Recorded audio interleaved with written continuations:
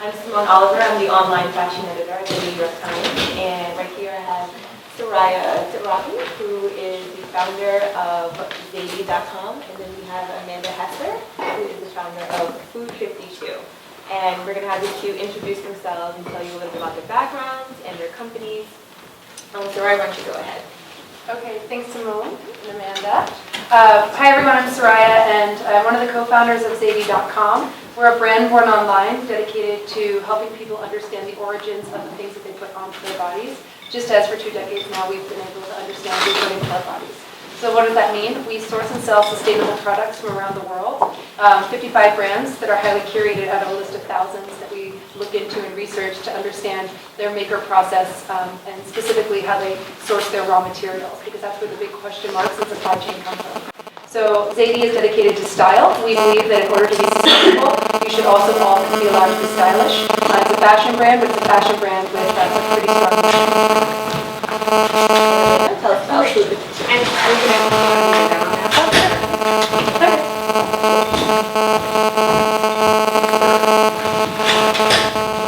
The question is, how does the website fix?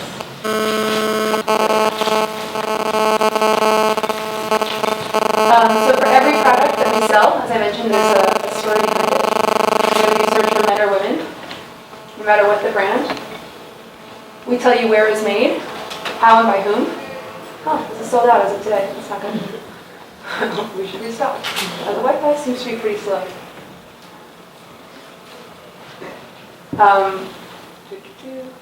Alright, this is not going to be an Aussie demo. But below the product's photos itself, so you begin to see the faces of the makers who make it. And then we give you a map, which we call Origins. And the Origins map details all the raw materials and where they come from. So where the item was designed, where it was manufactured, and how it was produced. We give lines on a map designating a source for each of those points. So for instance, we sell I'm Jean and Willie jeans from Nashville and Tennessee. I'm Jean and Willie was started by a husband and wife couple, Carrie and Matt, who met at age 10 in the 6th grade at a pool party in Tennessee. They separated for 20 years, reconnected at a reunion at age 30 in Kentucky, realized they both had backgrounds in fashion, had a passion for denim as well, and got together and created a denim line named after their grandparents with Carrie's brother. They moved their company to Nashville, renovated an old gas station, and created a brand that has become beloved for local Nashville citizens for the past 10 years. Now, for a long time, Carrie and Matt did not want to sell their jeans online. Why? Because flash sale sites have turned a lot of great makers off of online commerce. It scares them to have their prices slashed when they put a lot of deep thought and careful planning into how they make their jeans. In their case, they make jeans using southern cotton, selfish denim, and they stitch everything by hand. So you can see why it's a premium company, and you can see why they're pretty precious about maintaining their story.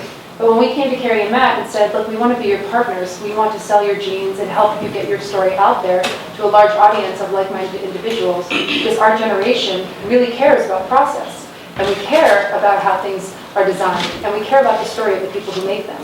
It was that conversation with Carrie and Matt that led to them agreeing to sell their jeans on Zadie. So they're one of 55 brands that we carry with stories that are equally sweet. And on Zadie, underneath the product of every single item that you might be wanting to purchase, you can see that story for yourself to feel good about your purchase. It's our strong belief, our entire team at Zadie, that we vote with our dollars. And we firmly believe that fast fashion is destroying the environment and can be really hurtful for the American economy as well. In fact, 1/3 of the world's water waste is now coming from fast fashion brands, producing up to 300,000 SKUs a year apiece. Big box retailers who are basically creating items that end up in landfills. And we believe that slow fashion, the revolution against fast fashion, is going to bring quality and process back to the masses. So that's what we propone, and that's why we do what we do every single day. Thanks for being here. And Soraya, now that we've heard, oh, you guys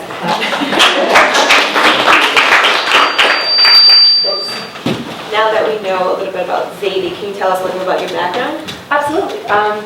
Well, I started off my career at this funny little organization called the New York Times, where I met Simone, where I met Amanda. And back then I worked in digital marketing, focusing specifically on social media syndication, helping my favorite brand in the world reach our generation by using social platforms, platforms that a lot of which began here in New York City. So it was a great time to be at the New York Times, and eventually the job morphed into digital partnerships, where I then began meeting founders of companies and learning a little bit from them. Quite a few of us in this room used to hang out at bars every single night and talk about innovation and talk about technology, and we were genuinely excited about creation. The idea wasn't to make something that would be flipped for $1 billion. The idea was to change the world and to make an impact. And that really struck a chord with me when I was 23 at the Times. And by age 26, I left to work on an application with some friends. I miss you too. An application called Food Spotting, which helps people discover great dishes around the world to this day. It just happens to be owned by Open Table now. So my background is strictly in digital media and technology. Thank you. And Amanda, please tell us about Food 52. I think I'll just start maybe by showing you a few slides. Can I just flip this out? Okay. Ooh, this is pretty fun. My sister uses it more than I do. I love it. She's snapping everything. Well, I'll just give you a little bit of background on me first while we're setting up, but there's a big New York Times connection here today, and my first real job, as my mother said, called it, was at the New York Times, where I was a feature writer and reporter in the dining section. So my whole career has been in food, and so I worked in the dining section for 7 years, and then the New York Times Magazine actually never had a food editor before, even though their food coverage has been around for decades. And so I proposed that I become the food editor and redesign their food pages. I also launched one of their high-end magazine, one of their tea magazines. I ran that for a while, and after I'd been at the Times for 11 years, I decided to do some of the things that I wanted to do. I'd written a bunch of books. I was finishing one. I also did another startup before Food 52 that turned into an app on Twitter called Plot. It has nothing to do with food, but was interesting nonetheless. And actually, it was kind of a great thing because I spent a year working on it with two people who I loved working with, and we, figured out that there was a business to build, but I had gotten the startup bug and fell in love with this world, and hadn't done a lot of damage, meaning that we hadn't raised money, no one was mad at us.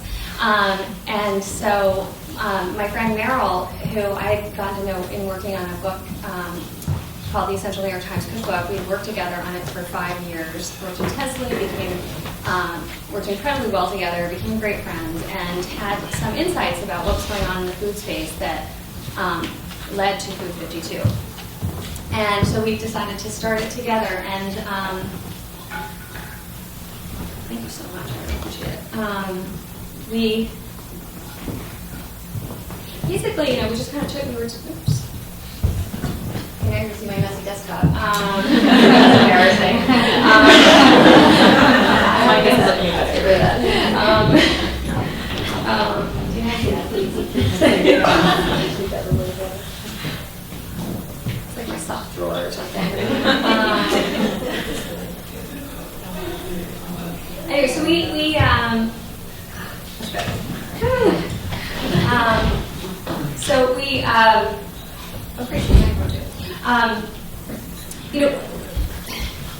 there were a lot of different things that we noticed that were going on, but basically what shocked us was that this was 2008, and online it felt like, even though there was this huge food revolution going on, there were tens of thousands of food blogs cropping up, it actually felt like the 80s online. The food was very brown. There wasn't a celebration of photography. There was no something local cooking or all these amazing small businesses that were in the food space that were popping up offline, and perhaps even more importantly, as consumers we've been taught that you need to go over here for your recipes and over here to get your pots and pans and here to get full table linens, and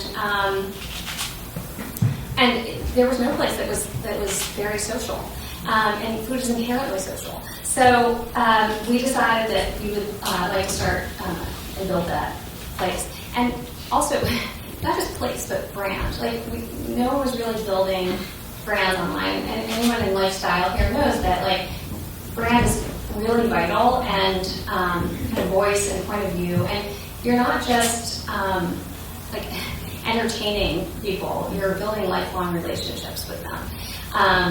And so we set out to build this place. And now, oh, goodness, okay. Welcome to the artwork. This is actually Meryl's daughter, Clara, who she writes a weekly column about cooking for her. And so I wanted to show you kind of the way we see the world. This is a meal, 5 years ago, you could have put together this meal, and you could have done a pretty good job of it, but it would have involved, like, scrambling all over the place to kind of get what you need. The recipes come from 3 different sites. You might have gone to the Food Network or Epicurious or a blog like Smitten Kitchen. The pan comes from Williams-Sonoma. The glassware comes from CB2. You couldn't get all of these things in one place. And so now that we're around, everything you see here actually comes from Food 52, including the photography. So the spaghetti and clams is a fantastic recipe, and we would argue that it's better than the average recipes you're going to find on other sites because it comes from our community members who are really great home cooks. They cook like we all do, not like, pros. And the pan that you're cooking it in, we sell that on our site. As we also sell the salt cellar and the sea salt in it, the hand-blown glassware, which is exclusive to our site. And so we brought it all together.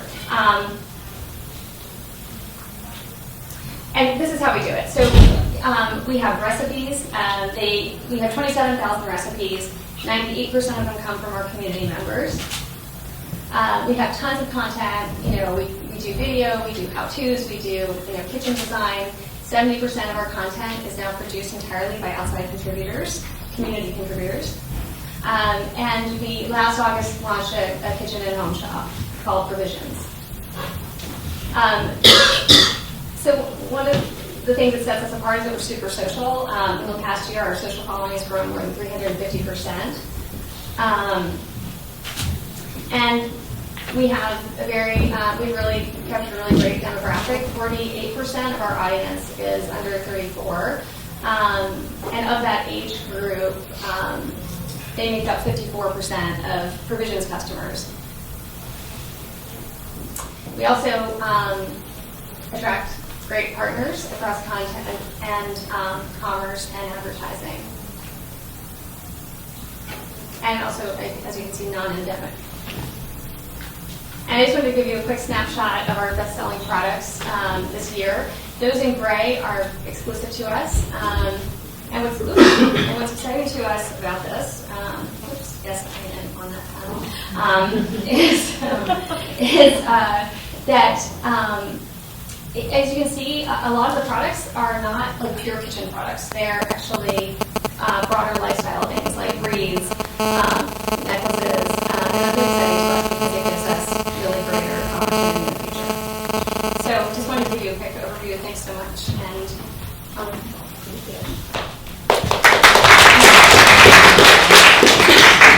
Can you really tell us how you guys met each other? Probably at the tech event. I don't think we met at the time. So No, we might have sat in a meeting together at times, but I think our first real conversation was at your launch for the New York Times Essential. oh, great. So both of you came from media backgrounds, and how was that transition moving into startups, and what skills do you think were interchangeable? Well, so we had different kinds of media backgrounds, but I'd actually argue that being like a reporter or writer is there are a lot of relevant skills. You're used to working on tight deadlines, small budgets. You have to move quickly, and one of the key skills to have as a journalist is to be able to very quickly figure out who are the best people to talk to, be incredibly resourceful. And I think those are things that you do every day in a startup. So I began my career as a journalist and then moved into digital marketing. I used to write about music, and So I completely agree with everything Amanda said. And then through partnerships, which is more of my beat, I guess you could say, at the New York Times, you learn very quickly how to tactfully understand the opportunity at hand. When you see someone who's much larger than you, or scaling faster, or could bring innovation to your company, and you try to think very carefully, okay, what's the quid pro quo? Or a nicer way to say it is, how can we help each other grow?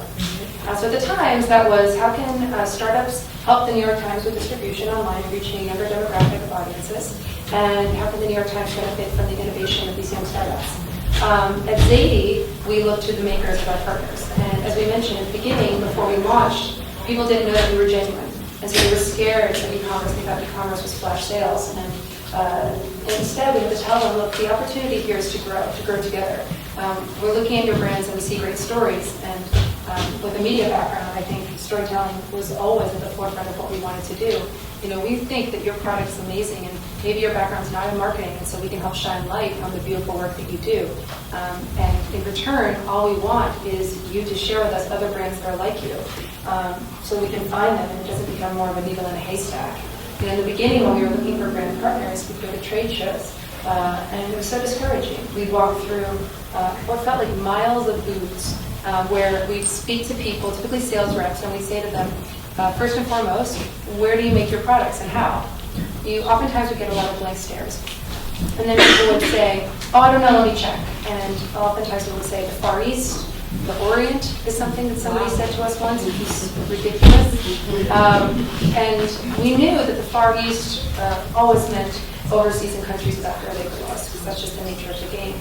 Meanwhile, you know, oftentimes people would say, oh, we're designed in the U.S., because that's been the new marketing slogan for, but we produce cheaply across the seas. So ultimately, we find 1, 2, 3, 4 makers who would jump up and down when we ask this question. They'd say, oh, let me show you photos of how we make the process. Let's talk about this tannery in Chicago or in Italy, where we find vegetable tanned leather, and we stitch it by hand. And we'd love to tell you about, Susanna, the woman who actually stitches our bags for us. We've known her for now 20 years. It was those stories that we looked for.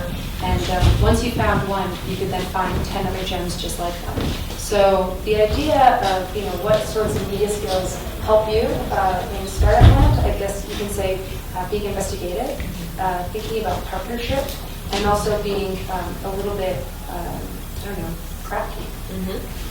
And are there any other takeaways for anyone else who's looking to make a transition from similar backgrounds or vice versa? What were the key takeaways? And you named 3. Amanda, what would you want to add to that? Well, when I was first thinking of leaving my job, and I had a great job, and so it was a hard decision to make. But I was thinking of maybe I'll go part-time. And my husband was like, you gotta cut the cord. Otherwise you'll never give this your all. And I do think that we all have bills to pay. But if you can do that, I had saved up money with all of which is now gone.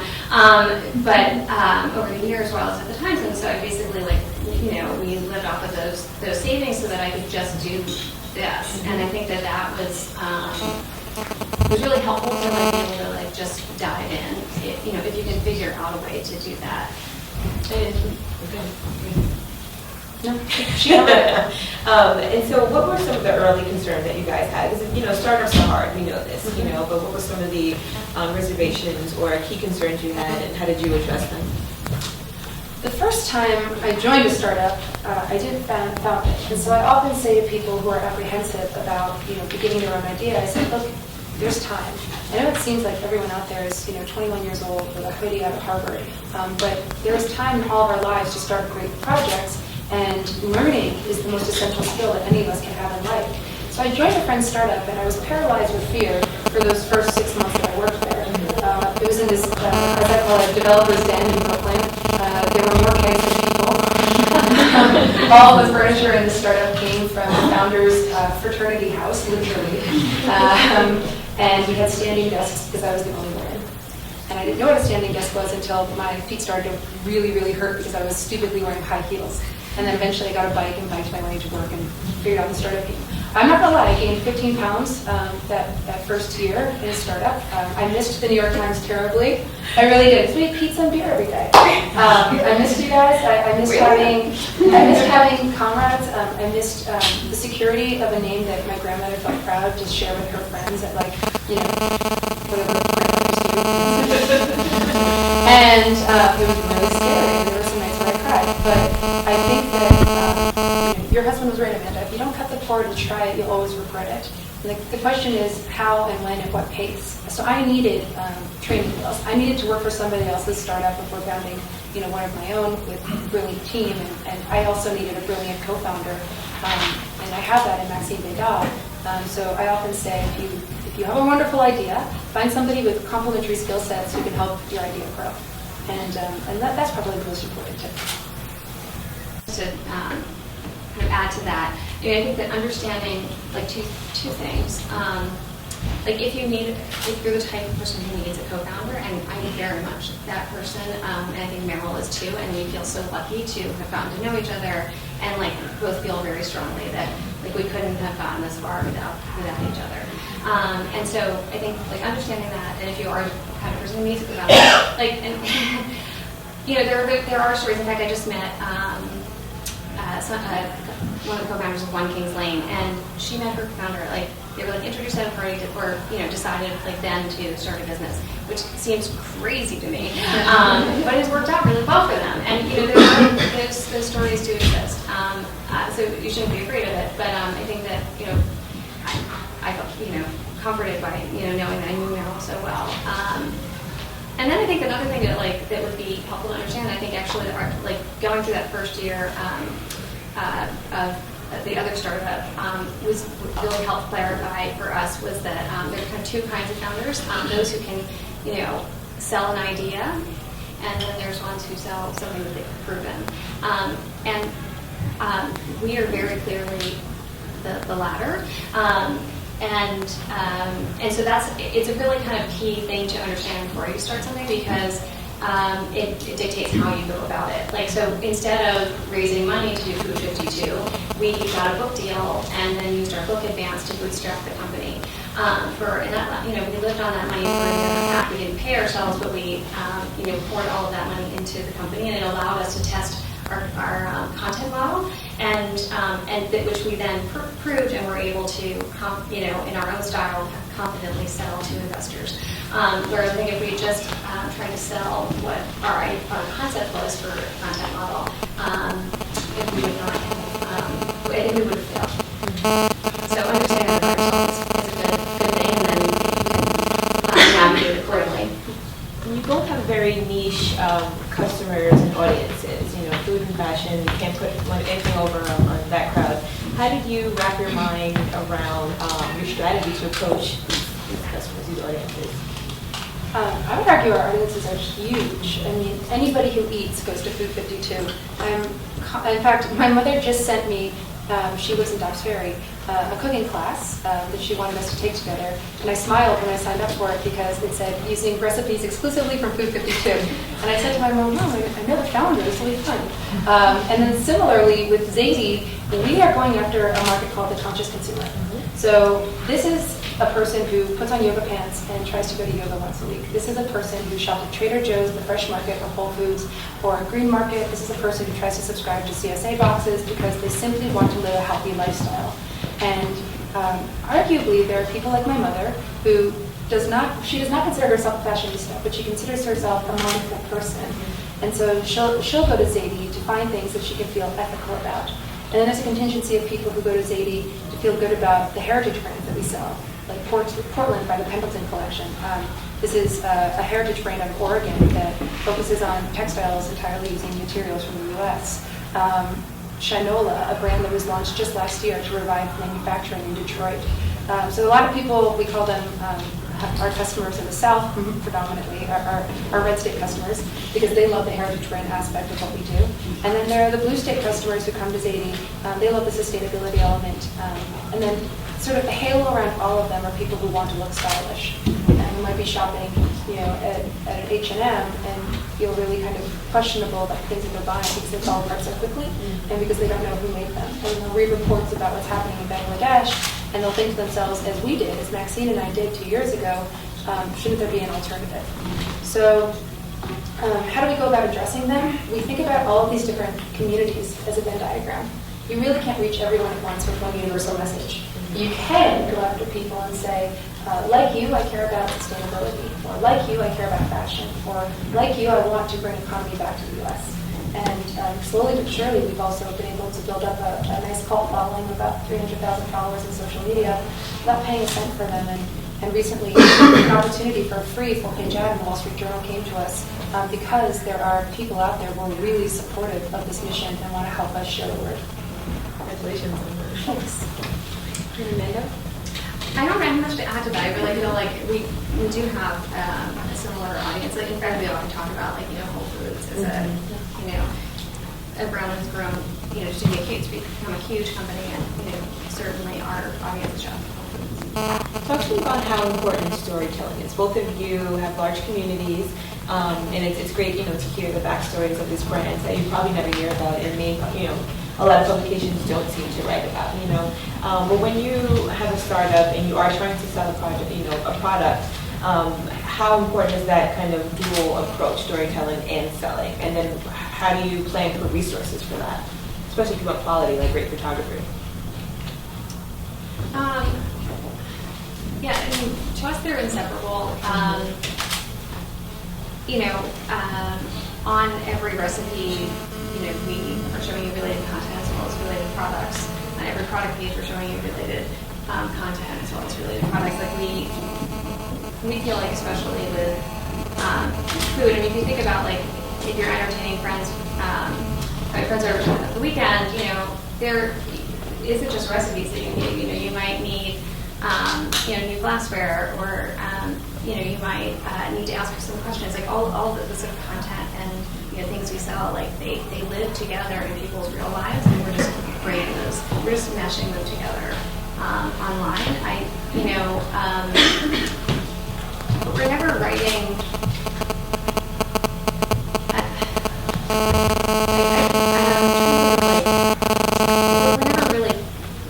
We're never writing posts on Food PG2 about the products. It's more like we blend them in a way that we feel like is genuine and natural, and it would make sense to somebody who's interested in that topic. An organic approach.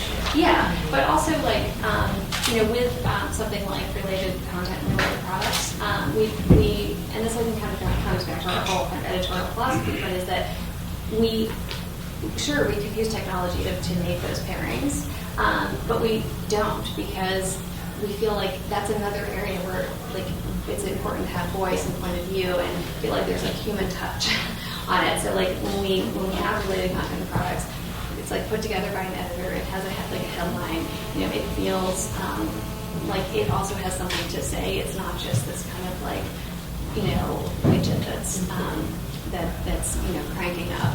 Buy this now. You buy this now because it has the same keywords. Mm-hmm. So when we were building Zadie and thinking through the idea, Maxine and I had a long conversation about how we shop, and we realized that we were shopping less and less. Just by a quick show of hands, bear with me. How many of you in this room have purchased something because you fell in love with the story behind it? See, it should be almost everyone. So I had an experience in the Galapagos Islands with my family. My mother worked in Care for Care, which is the Peace Corps, and she was showing us a market that she fell in love with when she was my age. And my sister and I were there looking for gifts to bring back to our friends in the States. And really fell in love with a poncho that looked a lot like the one that I had grown up hearing my mother talk about. She spoke about the women artisans in Ecuador who had made ponchos by hand, and she became friends with one of them, and then friends with that one's daughter, Cecilia, et cetera, et cetera. And so we went to the same market, and I was looking for a poncho, and couldn't find one that was made in Ecuador. They were all made in China. It was moments like that felt harrowing, like what's happening to artisanal craftsmanship because of commoditization and globalization. And then you come here to the U.S. and it's sort of the same. We have more IKEAs and Walmarts than ever. I grew up in Minnesota, the land of Target. But it was really hard to go and find, a beautiful product made here in Brooklyn with a story that somebody was willing to share with me at the store. And we were looking for that. All of this is to say that we build Zadie ourselves. It's our own proprietary CMS, and that means we're not using a third-party vendor to host our site. And we did that because we wanted to build storytelling into every single angle of the website. If you look at a product and you scroll down below the photo of that product, whether it's a men's raincoat from Seattle or an Italian bag from Milan, you'll see the faces of the makers below it and you'll read their story. You'll be able to share it because all media is social and all these stories should be shareable so that people can comment on what they like about the story themselves. Then finally, we have a section on Zadie called Features, which are original stories that we ask our friends, most of whom are journalists, to write for us that help share the mission of Zadie without pushing product. We don't want every angle of the website to feel like we're just trying to get people to buy items. Ultimately, we're trying to have a community that wants to join the same movement that we're a part of, the slow fashion movement. So on Zadie Features, which is like a glorified blog, you can find articles that say, what is sustainability? Really trying to hone in and break down the definition of the term. Or an article Melissa Wall, whom I also met at the New York Times, wrote for us most recently at Newsweek, called The Work-Life Integration, which is about how our generation isn't looking for work-life separation or work-life balance. We're looking for work that really integrates into who we are and helps to share the value of what we feel every day. That was the most shared article on Zadie so far, and ultimately it is helpful for customer acquisition, but we're not doing it just for customer acquisition. We're doing it so that people can spread the word about our brand and finally understand this halo effect around the products that we're selling. I'd like to add a little bit to that, which is that, I think that there's this, notion that people are stuck on where it's that they're a commerce company who does content, or they're a content, people keep wanting to say about us that we're a content company that does commerce, and it's you're not understanding what we do. And more importantly, not understanding what people need and want. And so, I think similarly, we do content all the time that has nothing to do with anything we're selling. And we're very happy when people just come to consume that and enjoy that and read that. And similarly, if somebody just wants to shop on our site, great. It's just, just trying to provide them with all that, if you care about food and cooking, this is a place that we want you to trust and rely on. Also, similar to you guys, when we went to build, we had tested out commerce using a third-party platform at the beginning as a way to understand it and kind of again because we like to test things on the cheap before we actually build. And then when we decided to build, everyone was kind of pointing us in the direction of Shopify or whatever platform. It was no, we actually want to build it from scratch ourselves because obviously we want to own the technology and have full control over it, but also for anyone who's a member of Food 52, we want them on their account page to be able to have their saved recipes right next to their most recent purchases, explain the credits, and have everything kind of together and want it for it to be genuinely seamless. Do you guys feel that beginning a startup in these particular spaces is different than any other kind of startup? Of course. In what way? There has been a phenomenal amount of buzz and excitement over the startup culture in general. Technology is the new Hollywood. It has been for a few years. And I feel as though, and don't quote me on this, but I feel as though if I were to graduate tomorrow as a 19-year-old boy from Harvard or a recent grad of Wharton, and I were to say I have a really great idea for a fast mobile messaging app, and just sell it. I could get funding in a heartbeat. It is not as easy to get funding for an idea that investors don't immediately associate with 50x exits, a quick 5-year flip or less, and multi-billion-dollar returns. And so I would think that, Zadie, we're in a competitive field. Fashion is saturated. There are a lot of fashion brands out there. There are a lot of multi-brand retailers out there. We are not only going up against the Bloomingdale's of the world, but as we begin to co-brand products, we've just made a line of bags from Milan, Italy. We're going up against everyone in the world that has a bag. it's hard to explain how you're different until people come and experience the site.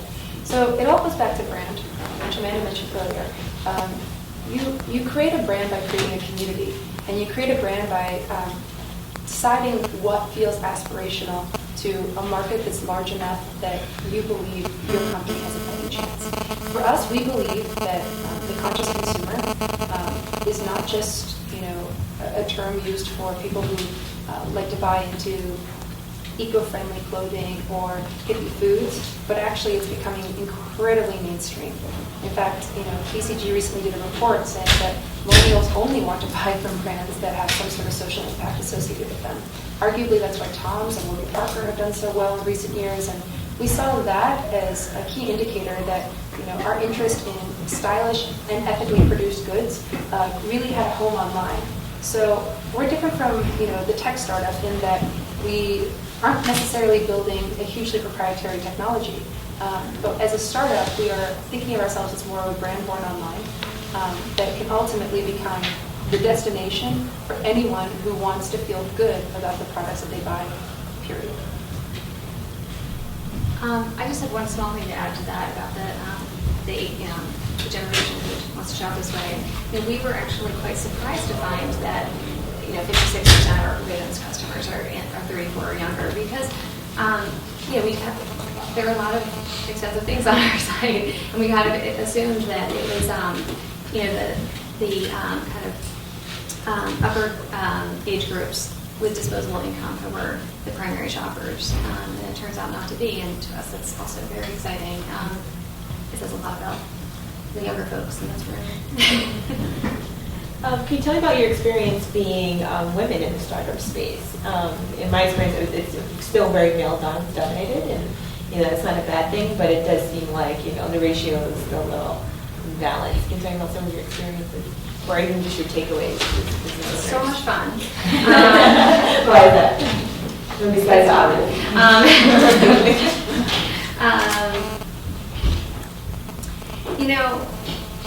It's interesting because earlier when you were asking about advice, I was thinking, and then I held off. Now I'm going to say it. I don't recommend doing this, and I hope that people like us will help change this. But if you look at the sort of top funded female-run startups, they all have Harvard Business School degrees, and I think that's so. I think it's great that that those women are doing that. But I also think that it says something about kind of checking off a box for investors, and I think it's unfortunate because that isn't it isn't the same questions. But whatever. So you just do what you want to do and you try to make it work, and hopefully things will change over time. That's sort of my and those Harvard Business School women are a unique breed. They're amazing. They're very classic E and J's, and my experience for those who are familiar. You go in Harvard a shy woman, and you come out being a leader, and there's no ifs, ands, or buts about it. And so these women with uber amounts of confidence can sell a dream, and if you don't buy the dream, they'll keep you there after the meeting until you do. It is not easy to be a woman with a company that is venture-backed. It's not easy to be a woman going after venture capital. Classic sort of feedback you get is, oh, did you mentor my daughter? My wife would really like this startup. And would you like to get a drink later? These are really classic lines you get. And not all startups need to be venture-backed, but it is frustrating that we hear that feedback when they don't. Now, the only thing we can do is band together and really help and support each other in a genuine way, and partner with one another and help each other's businesses succeed by genuinely buying from them, or sharing articles from them, or telling our friends about them. This generation will change a lot of things, and I believe and I hope that one of those things is that more of the successful Fortune 100s are going to have women CEOs or have been started by women, but it's not incredibly fun. Besides your co-founders, how big are your teams? We're 27. Oh, wow. Mm-hmm. And we're 7. Okay. Now we're just 10 months old. As you grow, what are some of the things you keep in mind as you begin to staff? Because Outside looking in, that seems like that would be a challenge because obviously you want to find like minds and hardworking people and enterprising people.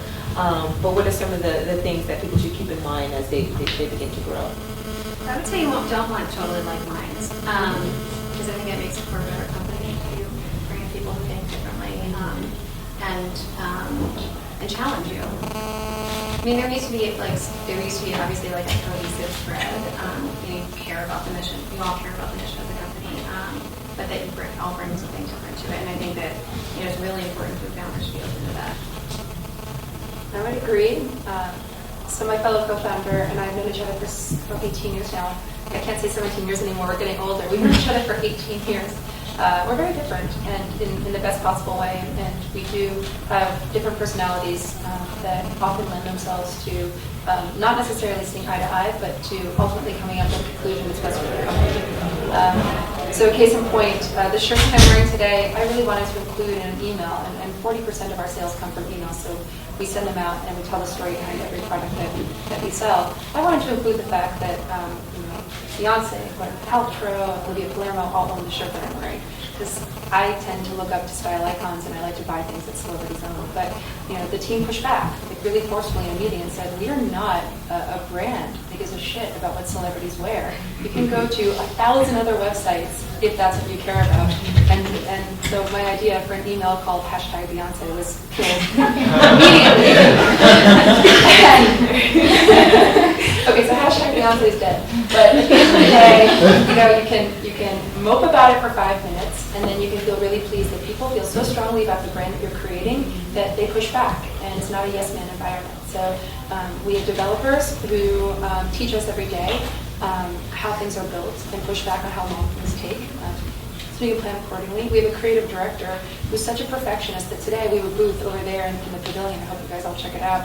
But I literally put Zadie place cards that people could take as they leave on the table. And Anna came over and straightened the cards 3 times before she left to go back to the office. I'm like, I will not touch your booth anymore. I'm just going to sit behind the counter and say hello to people as they walk in. But it's this amount of detail and care that we want from every single person who comes to the company. So incidentally, the most searched for term next to the word Zadie is jobs. We get about 300 emails a week from folks asking for jobs, and we believe it's because we're a mission-driven brand and because people do want to work for a company that stands for something. And our employees all do, and I think that's what makes for a great team. I just want to tell a similar story. So I showed you the best-selling products, and I think 5 of them are ones that I tried to kill. And Christina, who's in this room, who heads up our Converse, we were going to sell wreaths, and I was like, we're not going to sell wreaths. And she said, no, we really need to, and it's now like our top selling product. And now we've not only one wreath, but we have a wreath like every quarter. So it's really important to listen to everyone, and I'm grateful to have people with better ideas than mine. Well, thank you, ladies. I'd like to open it up to questions. Yes. So I think as entrepreneurs, or aspiring entrepreneurs, we all kind of have a grand vision about an idea and execution strategies and all of that. And I think you just touched upon how you use team feedback to make decisions. So I'm curious, what kind of metrics do you track from your consumers and your users and pivot your ideas and diversify your product lines accordingly? Did everyone hear that? No? Okay, so I think correct me if I'm wrong, the big question is what kind of metrics do you use to kind of track your products and your traffic and what else? Specifically from users. So they touched upon team feedback, but I guess, more from how do you use data, basically? How do you not use data is really the question. Would not have risked my career, Maxine would not have risked her career in starting a business that's so incredibly competitive if we didn't believe that brands born online are the future. The next Nike, the next Starbucks will be born online. And similarly, we believe the next great American brand in fashion will be born online. And the way to be successful online is not by having, a store, obviously, in every suburb around the country, because that's free marketing. People walk past your store and they see the Zadie name. The way to be smart about it is to be efficient about data and analytics, understand your customer down to their core, not in a creepy way, but rather in a smart way. We use analytics platforms like Kissmetrics, Mixpanel, Google Analytics, you name it. And what they do is they show us where people are coming from, what kinds of content they're engaging with, what products they're purchasing, and why. And then we look at that data with our analytics marketer, and we sit down and we think about savvy ways in which we can offer them things that they'd like even more. So it's really about listening to your customers through data and then through social media. You can have a two-way conversation with your customers in a way that you never could before. And in fact, brands that don't participate in a two-way conversation, I believe, are poised to fail. So the answer is there's ethnographic research, right? And then there's quantitative research. And you have to really blend the two in a sophisticated way. You should have people on your team that think about the brand from a protection standpoint. You know, for instance, there's no hashtag Beyonce. And there are people on your team who think about your brand from an analytics standpoint. You know, it seems to us that, and it's true, 70% of our customers are women, 30% of our customers are men. That's perfect because 30% of the products that we sell on Zadie are for men. And then we look at the age range, 25 to 44-year-olds. We look at where they live. And we look at the things that they seem to spend the most time on the site, and we think, okay, now we know who our woman is, now we know who our man is. How do we treat them in a more sophisticated way the next time they come to the site, given all this information? You know, I think it's important not to be a slave to data, though. You know, especially when you're creating a brand point of view. And it's like, I mean, if we create content just based on our data, we would write about chicken every day. You know, we have a fairly sophisticated audience, but they want chicken recipes, just like they do on allrecipes.com, which is much more mainstream. So, you know, so we have to push forth and, you know, do stories that, you know, are a little bit more on the periphery, and they're not going to get, you know, tons of page views, but they make us who we are. And I think it's the same with, like, you know, we should feature reads every day on provisions, but we don't because, you know, we want to kind of, I mean, it wouldn't be genuine. It would just be, I don't know, kind of like, we feel like it would be like abusive of our audience. And I think that those are decisions you really have to make every day in the business because it's tempting to just keep selling, or getting more page views. Yes. So what I really like about you guys' company is that they seem to be like, they don't just take one specific portion of an industry and focus on it, but they kind of incorporate like the entire vertical and like look at the bigger picture. So with that comes like a lot of data, right? And my question is like, what are some of the strategies you guys use to like take all of that data and like the advantage of being in that entire vertical to present unique experiences for your power users and for your... Sometimes it's really straightforward. For instance, people watch more video than they read articles and text. We should invest more time and resources into videos, but videos are expensive to produce. So you take data and then you take reality and you try to come up with a happy medium. Or you think, how can we produce really quality video at a lower cost so that what the customer sees still feels aspirational, still feels elevated because we are a brand at the end of the day, but gives people what they're looking for. Another instance might be in the stories that we write. You know, being a slave to data on media could be, you know, seeing one article getting shared quite a lot more than another. And that article for us was, luckily, an article called Taking a Stand, describing why we're doing what we're doing. The most shared article on our site's been shared about 2,000 times, which is pretty good for a new company. And we could write every single day a story just like that, but you really have to, as Amanda said, step back and think, you know, isn't a cross-pollination of articles really what a new user visiting our website for the first time might be more interested in seeing? So firmly believe that if you're going to create any brand online, you should understand like the data that you're looking for, and you should understand which platforms will give it to you well, and then train yourself as much as possible to use that well. So even if you're a company that sends out an email once a week, and you're using, let's say, MailChimp or what have you, dig into that data. What's your open rate? What's the click-through rate? What are people most excited to see in those emails and why? And you can do that. You can segment every part of your company in that way. But at the end of the day, you listen to all of the advice, whether it's a computer giving you advice or your business partner, and then you make decisions accordingly. I don't know how much time we have. We're at 2:25. Okay. So you're 10 minutes over. Oh, good times, thank you. Well, thanks, guys. We'll be here after